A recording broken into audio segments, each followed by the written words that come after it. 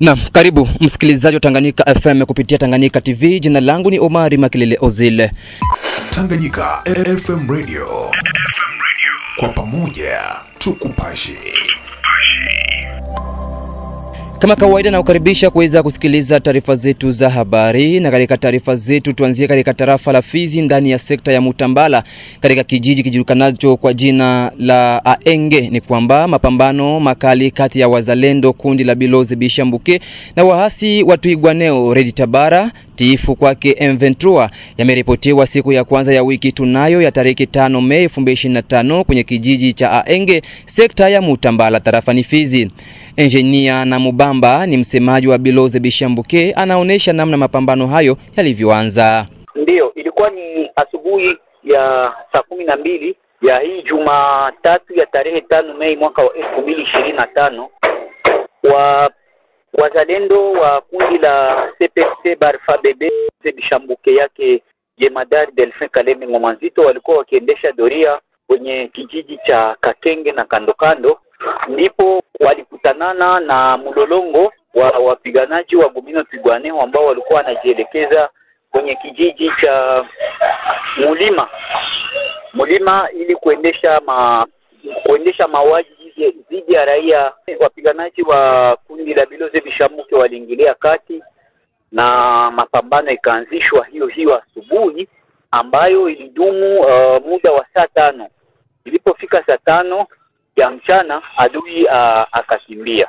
Eneo ambamo waliwakuta hawazoei kutembelea au kuonekana kwenye eneo hilo. Ni tangu jana ndipo raia walilala na wasiwasi, walipata habari kama Gumino Twigwaneo AFC Red Tabara walionekana huko kwenye maeneo kando ya Kakenge, na pia wengi wao walikuwa wanaonekana kuelekea kwenye maeneo ya kijiji cha Mulima. Ndipo wazalendo wakazidisha doria ili kwamba waweze kuzuia mauaji yasiendeshwe. Twigwaneo tangu waliweza kujiunga na M23 wakishirikiana na waasi wa Burundi wa Red Tabara, wanaonekana kwa sasa kukosa chakula kwenye maeneo ya Minembwe. Sasa walio wengi wanatamani kupata chakula kwenye vijiji kando, na ndio maana wanapenda kujielekeza kwenye maeneo ya Mulima na kando kuua raia, kuwanyang'anya mali zao, nao pia waweze kupata chakula. Ndio unajua kwamba vita ya mbele iko tofauti na vita ya sasa. Mwishowe na Mubamba ameomba raia kuwa na matumaini na watoto wao waliojitolea kupigania nchi ya Jamhuri ya Kidemokrasia ya Kongo licha ya matatizo wanayopambana nayo ya kukosa misaada kutoka serikali ya DRC. Tumsikilize mara tena. Zamani tulikuwa tunapigana na Twigwaneo ambao ilikuwa naundwa na raia tu wa Minembwe ambao walichukua silaha katika mazumuni ya kutaka kulinda ngombe zao. Lakini kwa sasa tunapigana na jeshi ambalo linajulikana kwa umahiri wake katika nchi za Afrika Mashariki. Wanapata misaada kutoka nchi za Ulaya, wanapata misaada kutoka nchi za Marekani, na pia wanapata misaada kutoka hata nchi za Asia. Sasa jeshi la Rwanda kupambana na vijana wa autodefense ambao waliweza jiunda katika hata kuzuia vijiji vyao visiunguzwe na Twigwaneo.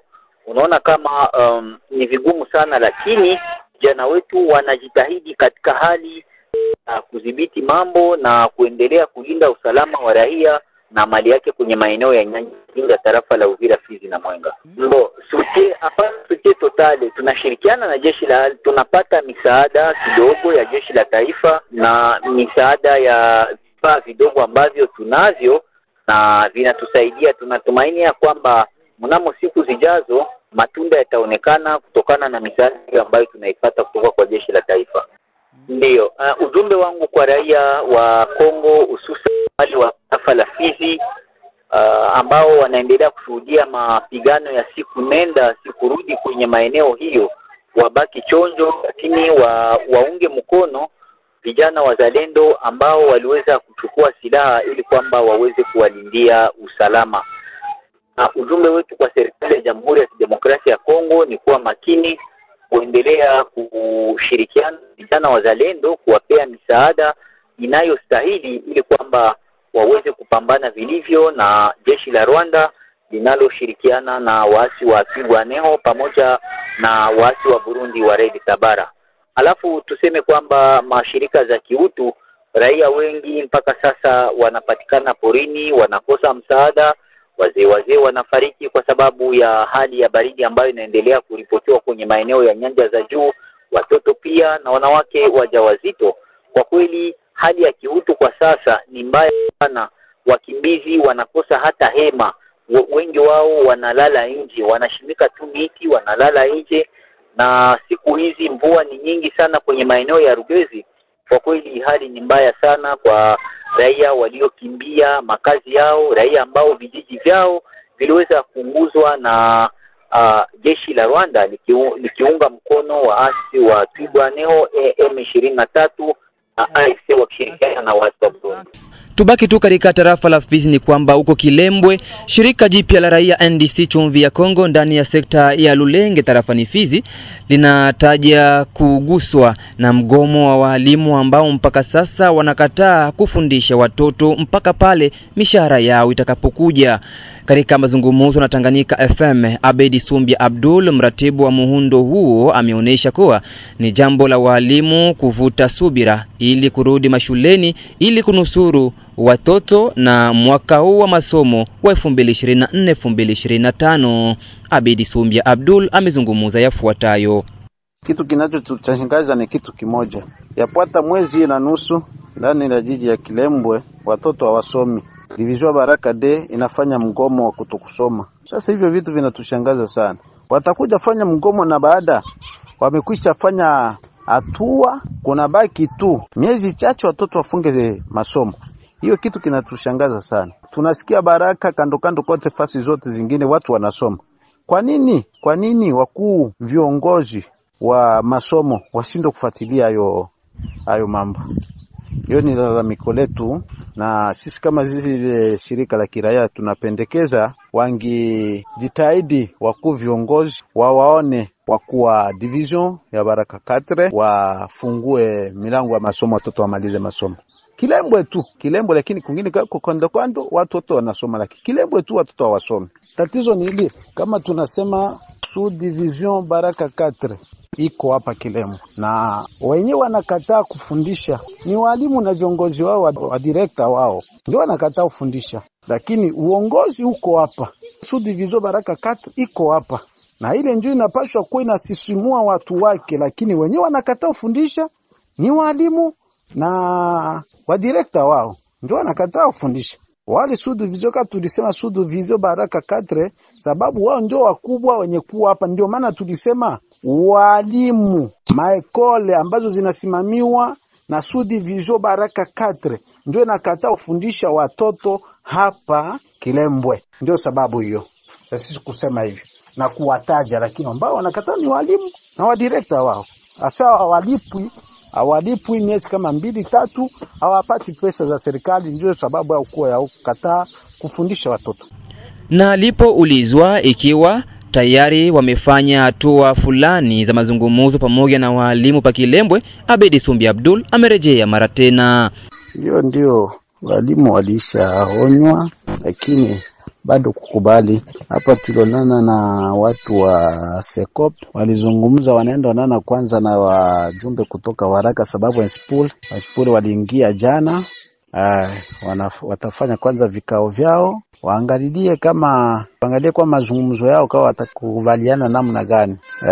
Leo ndio tunawaona watu wa Sekop wanaenda na Wenspool, tusikie gisi watazungumza. Lakini ingawaji wanaweza wakafundisha, lakini itakuwa kabisa sikufundisha halali, itakuwa fundisha moja ya hivyo tu kusudi mwako malizike. Na tujielekeze katika mji wa Baraka ni kwamba kikao cha kujadili kuhusu malipo ya matunzo ndani ya hospitali kuu ya Baraka kimeendeshwa siku ya kwanza ya wiki tunayo ndani ya chumba cha mikutano cha hospitali hiyo na kukusanya viongozi mbalimbali wa kiserikali na raia wa tabaka tofauti. Kwake Asa Echa Kridum, mganga mkuu wa hospitali kuu ya Baraka, amesema kuwa ni kutokana na changamoto wanazozipitia kwa sasa ndiyo imepelekea wao kuitia kikao hicho. Asa Echa Credo amezungumza yafuatayo. Ni zoezi la kawaida. Hospitali ya Baraka ni hospitali ya serikali, na ukisema serikali unasema raia. Kwa maana tulialika viongozi wakuu wa serikali wa mji wa Baraka pamoja na viongozi mbalimbali wa raia, mashirika za kiraia, Rekodesa na viongozi mbalimbali wa makanisa. Lengo kuu ilikuwa kufanya discussion kuhusu tarification, yani malipo katika services za hospitali. Ni zoezi, unajua kila kitu kinaomba Fransa wanasema mise à jour. Yapata sasa takriban miaka 3 taarifa ambayo tulikuwa tunatumika imeshafanya miaka 3. Mambo mengi ambayo yamebadilika. Kuna hali ya vita ambapo inafanya wafadhili wengi kuacha kazi, na pia kuna hali ya madawa. Tulikuwa na mradi siku zilizopita, mradi ambao unaleta madawa, mradi wa serikali unaodhaminiwa na Bank Mondial, ambao ulikuwa unaleta vidonge madawa mingi hapa katika hospitali yetu. Sasa kwa sasa mradi huo ndio unaendelea, ila hospitali ya Baraka inakaribisha raia wote kwamba milango bado inafunguliwa, na kuna zile huduma ambazo tunatoa kwa bure zinaendelea kuwa za bure, hususan kuzaa. Wanawake watakuwa wanaendelea kuzaa kwa bure, hata ikibidi afanywe upasuaji wa mtoto pia ni bure. Pia tunatunza bure utapiamlo, tunatunza bure watoto wachanga wale ambao hawajaeneza mwezi mzima, tunawatunza bure. Tunatunza bure hata wasiojiweza. Na ni hapo ndipo naweka nukta taarifa zetu za habari. Mimi ni Omari Makilele Ozil. Habari za muda huu, mpendwa mtazamaji wa Tanganyika TV. Kwa jina naitwa Suzana Mbokile, natokea kitengo cha biashara na manunuzi hapa Tanganyika TV. Nipende kuchukua fursa hii kukaribisha hewe mfanyabiashara kutangaza biashara yako pamoja nasi. Maana katika ulimwengu huu wa sasa, media kama Tanganyika TV ndio mahara pekee ambapo unaweza kukuza na kuendeleza biashara yako. Haijalishi ni biashara ipi unayofanya, ina mtaji mkubwa au mdogo, Tanganyika TV inaweza kukuweka karibu na wateja wako na kukuza manunuzi ya bidhaa zako unazouza. Hebu fikiria, hata vikundi vya maendeleo tunawezaje kuendelea bila kujitangaza? Karibu utangaze nasi, hewe mfanyabiashara, mjasiriamali, mwanamuziki, wanasiasa na wengine wote. Karibuni sana sana sana. Unaweza kuwasiliana nasi kupitia namba zetu za ofisi zilizopo hapo chini.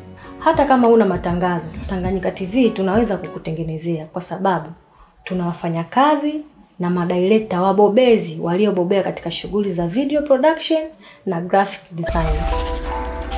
Tanganyika TV, kwa pamoja tukupashe.